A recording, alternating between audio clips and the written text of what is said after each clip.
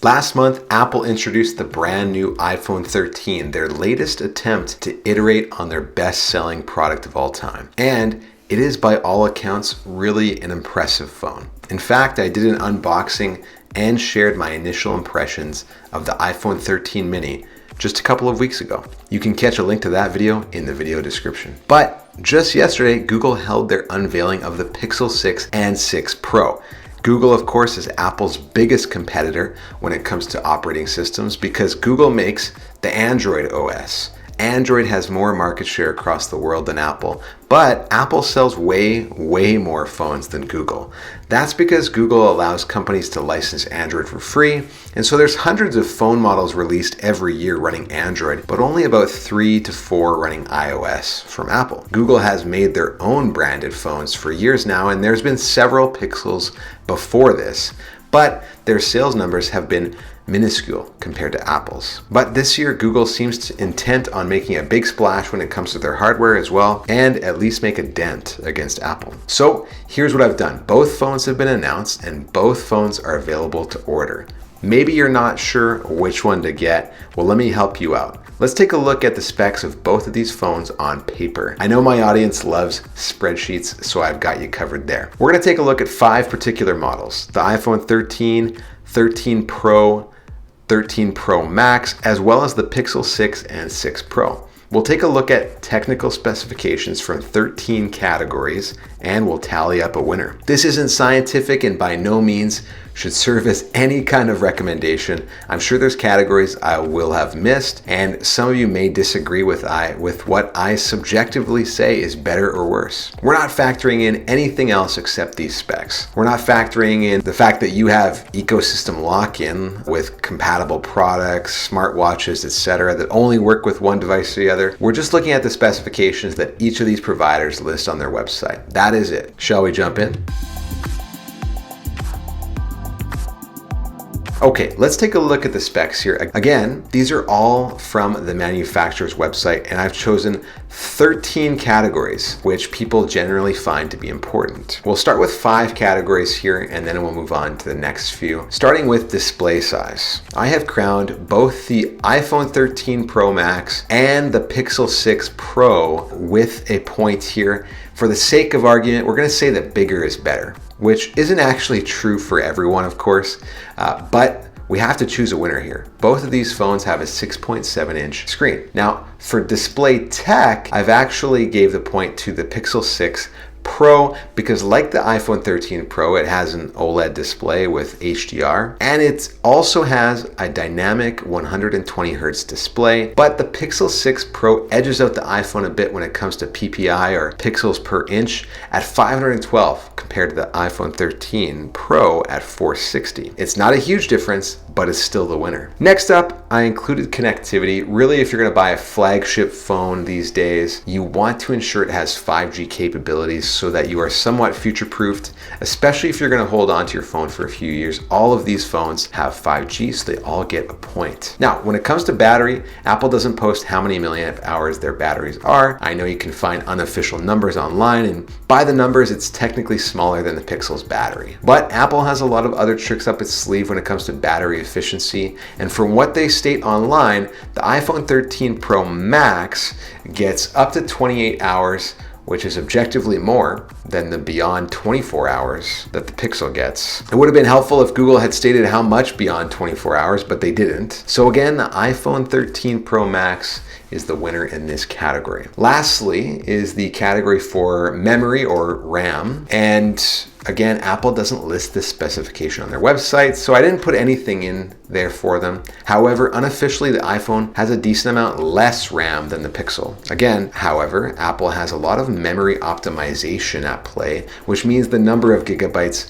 doesn't really tell the whole story, but for this comparison, it does. And so that's why I've given the point to the Pixel 6 Pro with 12 gigabytes of RAM. So let's take a breather here and tally up our points so far. The iPhone 13 has 1 point, the iPhone 13 Pro has 1 point, the iPhone 13 Pro Max has 3 points, the Pixel 6 has 1, and the Pixel 6 Pro has 4 points. Shall we take a look at some of the additional specs. Next up, we have storage. And once again, I've taken the bigger is better approach. All of these phones start at 128 gigabytes, so I could have given them all a point here, but instead I took a look at the most storage available as an optional configuration, and it becomes clear that the winners here are the iPhone 13 Pro and the iPhone 13 Pro Max, because you can go beyond 128 or 256 and all the way up to 512 gigabytes or even 1 terabyte of available storage. Again, that's not necessary for everyone, but it still earns a point. Next up, we have security in terms of the physical device. In other words, how do you unlock it? I gave points here to the Pixel 6 and the Pixel 6 Pro because they use fingerprint unlock. Although I think Apple's Face ID is the absolute best facial recognition security system available in a phone, it's still not as reliable as a straight up old school fingerprint unlock, which typically works the first time every time, whereas Face ID is more of like a 90 to 95% range where it doesn't work just often enough to be extremely frustrating. Okay, so now let's talk about the processor, which has a lot to do with how fast your phone is. Google is making waves this year because they've introduced their own Google designed chip called Google Tensor. This is a page out of Apple's playbook, but I applaud Google for doing so. It's clear they are going to be able to build a better product if they use their own chips.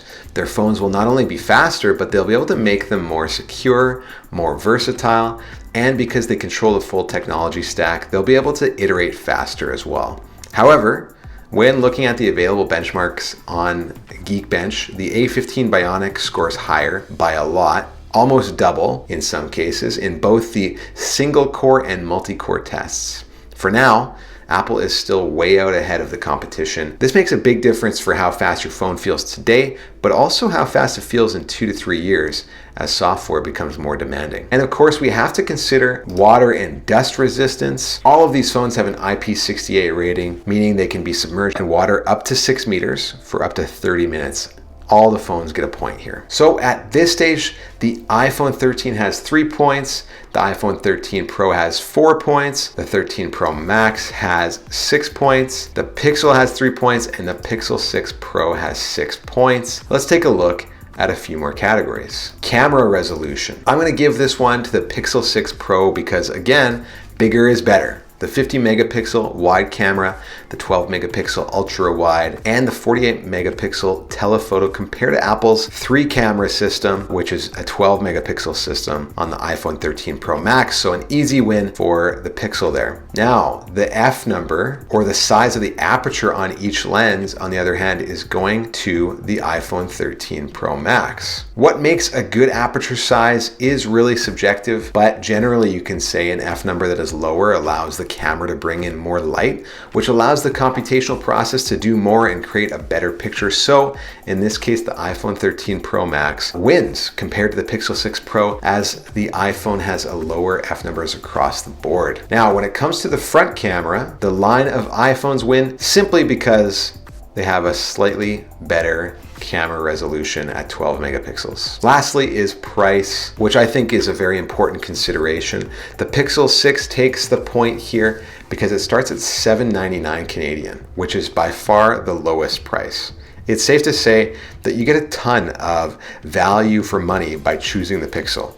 But that's not the only category, of course. So who wins? Well, the iPhone 13 has 4 points, the 13 Pro has 5, the 13 Pro Max has 8 points, the Pixel 6 has 4, and the Pixel 6 Pro has 7 points. So for this very unscientific comparison, the iPhone 13 Pro Max wins, and it really should, considering it costs $370 more than the Pixel 6 Pro, which is the second best phone on this comparison. So there you have it. If you don't take any other factors into account, you should go and buy yourself an iPhone 13 Pro Max. But of course, you should consider other factors, and you should buy the phone you like the best. best, not what some random guy on YouTube says. Still, I thought this was a fun comparison. If you disagree entirely, let me know in the comments. Comparisons like these, especially Apple versus Android comparisons, always stir the pot a little bit, so I'd like to hear your thoughts. In the meantime, like this video if you thought it was interesting. That way more people can get it recommended to them and they can find the content as well. And subscribe for more technology, Paul. I'm trying to build a great community here on YouTube, and it would mean a lot if you click that subscribe button. Thanks so much. See you in the next one.